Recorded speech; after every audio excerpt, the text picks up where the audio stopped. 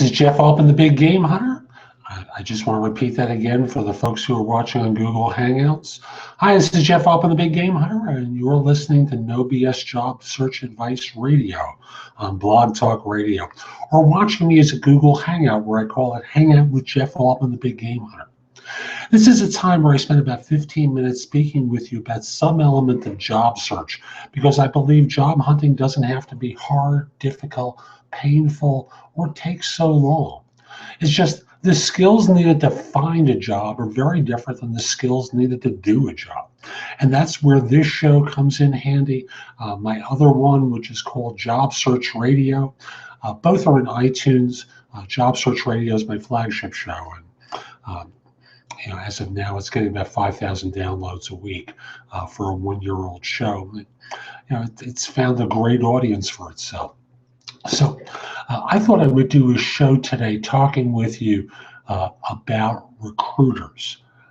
And before I get into the topic, let me just say that this show has two sponsors. ConsultingAssignments.com, which is a site where you can find and fill consulting assignments, consulting assignments, full-time consulting positions, temp to permanent, contract to hire opportunities anywhere in the world completely free. Where posting a job or a resume is free, searching jobs and resumes is also free, as is the ability to contact one another. The only thing the site charges for is if you're going to feature a job or a resume where it's $10 for 30 days. And the price comes down even less if you're going to feature more than one position over the course of a year. So again, that's consultingassignments.com. My other sponsor is Audible. And if you go to audibletrial.com/thebiggamehunter and sign up for a free trial, you'll receive a free audiobook as part of that trial. So again, that site is audibletrial.com/thebiggamehunter. Now, the title to this show is very provocative. It's called Why People Hate Third-Party Recruiters. I wrote this as an article for LinkedIn yesterday afternoon and posted it somewhere in the area of 2 p.m. Eastern Time yesterday afternoon. Now, up until that time, my best post on LinkedIn, my best trafficked post, had received about 3,800 views. And that was one about the job market that I wrote earlier in February 2015. So in less than 24 hours, why people hate third-party recruiters. And I just hit refresh. I'm going to do it one more time so I can give you the exact number as of my statement here. As of this moment, I have received 7,081 views, 145 thumbs up, and 23 comments since posting this article. I've really done very little to promote it. So this lets me know that this is a subject that really has a lot of juice around it. And the trigger to the article was an experience I had last week where I'm trying to fill a position for a project manager in Texas. And I received a call from a third-party recruiter that I sometimes work with, who had forwarded a resume to me a couple of days earlier, talking about, and the resume was for a candidate who was a product manager and was located in North Carolina, I believe. And my client wanted someone closer to their offices and was a project manager. And if you don't know the difference between the two, well, I'll start by saying the only similarity is they both have the word manager in their title. The first words both begin with a P, and that's really about it. So he calls me up, and by the way, if you're a third-party recruiter, please don't contact me. I only network with people who are members of NPA worldwide. If you want to find that information about NPA, send me an email at jeffaltman@thebiggamehunter.us, and in the subject line, mention NPA. Okay, so he calls me up, and starts off with, "Hi, did you see the resume I sent?" Yeah, I wasn't interested. By the way, in all my postings, I say, I will only contact you if your background looks as though it fits the role I'm recruiting for. This obviously did. So he says, "Hi, did you see the resume I sent?" Yes, and I wasn't interested. but he's a product manager who wants to work as a project manager in that town. And I responded by saying something to the effect of, am I supposed to care? I don't see why that makes a difference. Experience doesn't fit what my client wants. And he said, beyond that, everything you're saying is irrelevant. And then he started leaping in with, but, and I hung up the phone because this is going to be a waste of my time. I was about to be badgered to do something that had no benefit to me, and certainly wasn't going to benefit my client. So, I must in all candor say, for many years I've heard stories from candidates who lament to me about their experience with third-party recruiters. And there was one I heard about 2 weeks ago that didn't register with me as being something that I should create an article about. But I got around to it. And this one lamented to me, and understand, an old friend of mine calls me up out of the blue and is lamenting that he got a recruiting call from an agent. The call basically went something, I'm going to paraphrase it. I'm not going to try and remember the exact words. I've got a great job. You really need to go. I think it's a terrific opportunity with a great company. It's a great manager. So he listens to what the role is like. He asks what the salary is going to be. And to paraphrase it, the salary is going to be $25,000 less than what he's earning currently. He's not actively looking for a job, and it's going to be at least one level down from where he is, maybe two. And the recruiter starts going, but it's a great company. And, it's insane, isn't it? So I do understand why people hate third-party recruiters. And that's both candidates and job applicants. And I must encourage you, whether you're trying to hire for positions or trying to find a new job, that part of the problem that you're experiencing comes on your side. Part, of course, is the recruiter.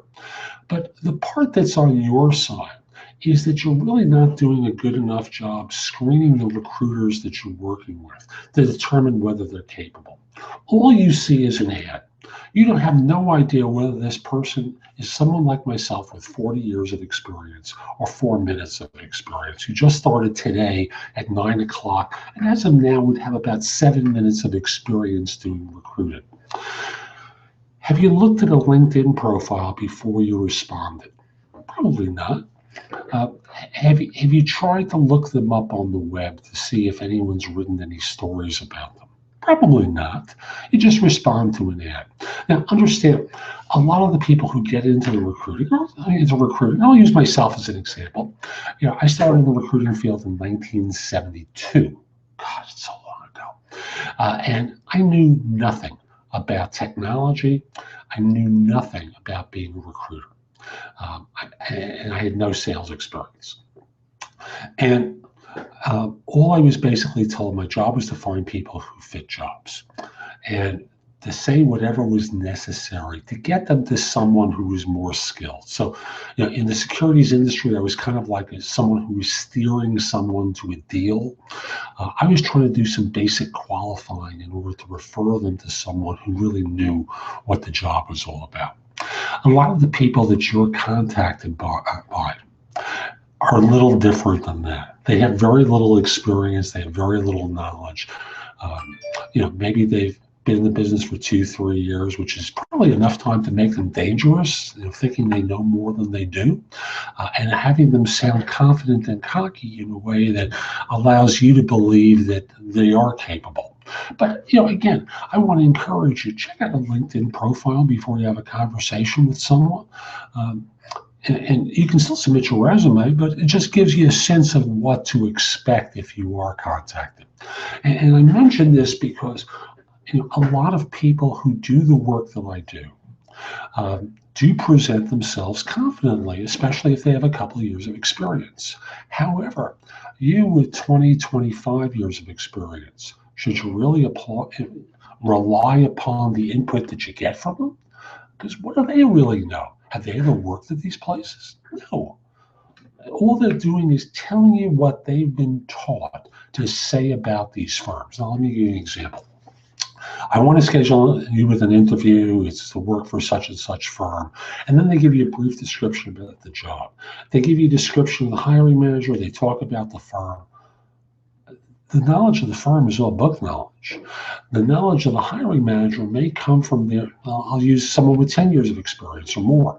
It may come from dealing with them as a client for 2, 3, 4, 5 years, 10 minutes. There's no way of knowing. And if you ask them point blank, how long have you worked with a client, they'll probably lie to you. So, all of this kind of adds up to their side, the recruiter side of this, not being particularly knowledgeable or accurate in what they tell you, except some basic book learning that they're communicating to you. And you, on the other side, being gullible enough to believe they know what they're talking about. So I'm encouraging you to keep a wary eye and to keep a skeptical eye when you're talking to the recruiter. Also understand that recruiters are in the position of being a buffer between you making stupid statements and having them said directly to a client, and a client saying stupid things and having it conveyed to you. After all, again, using the example I used this morning in a conversation with someone, I have a client that asked me to fill 4 positions for 2 different obscure technologies. Submitted 5 resumes, one I knew wouldn't fit, that's fine. And then they phone interview one of the applicants, come back, this person is fabulous, they're terrific. We want to get them to the hiring manager immediately so that the area manager, so we can make them an offer. Great. Now, it's already 10 days later. We've gone from this happens that we want this to happen immediately to, this person's overseas right now, let's get a substitute in, they'll accept their word and we'll make them an offer, to I hadn't gotten a call for close to a week, and I finally get someone on the phone who tells me we're rethinking the spec. Hadn't you thought about thinking about the spec before you asked for help or before you interviewed this person? When all is said and done, do you really want to hear all this nonsense? Probably not. It would infect your thoughts about this firm and might cause you to miss out an opportunity because of the emotional response to their, I'm going to call it stupidity. But then again, I hear a lot of candidate stupidity as well. When all is said and done, the job search process, whether there's a direct handshake, if you were watching me visually on Hangout, you can see me shaking hands with myself, between a direct handshake between the two of you and hearing all the nonsense that comes out of both of your mouths, to having a buffer between you that shelters you and knows when to share the information, because I frankly do share a lot of the information I hear on both sides, so that each has a fuller knowledge of what's going on. Between the nonsense that comes out of people's mouths to the point where an offer is going to be extended, I think recruiters serve a useful purpose of taking it on the chin for both teams, for you as the job hunter, for you as the employer, and shields you from a lot of the stupidity that comes out. But the impact is job hunters and employers often perceive that we're the problem. And in examples like the ones I gave earlier, I can certainly understand. But what's most important is each side has to discern whether or not the person they're working with is skilled and capable, and that's where things break down. So again, I encourage you, find out whether the recruiter you're talking with knows what they're doing, what their background is, and apply that knowledge to your own purposes. So I hope you found this show helpful. If you did, I want to encourage you to come over to my website, which is thebiggamehunter.us, and go exploring there, because there's a lot of great content that you can watch, listen to, or read that'll help you find work more quickly. Of course, you can search positions I'm recruiting for. You can download copies of my books and guides to job search and pay what you want for them. There's a lot of good stuff at thebiggamehunter.us, so go over to the site and go explore. Final points. If your current firm is trying to hire someone, send me an email at Jeff Altman at thebiggamehunter.us. Let me know who to contact and whether I should mention your name.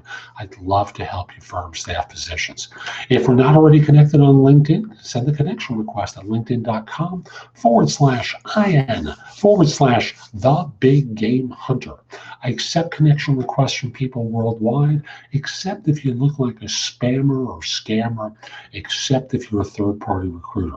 Also want to mention, follow my firm, which is The Big Game Hunter Incorporated, also on LinkedIn. You'll get notices when I do new videos, have new jobs to work on, periodic pieces of information I think will be helpful to you. So again, my firm is called The Big Game Hunter Incorporated. Last point, if you have a question about job hunting, you're not alone. Most people do, but make the mistake of asking the wrong people for advice.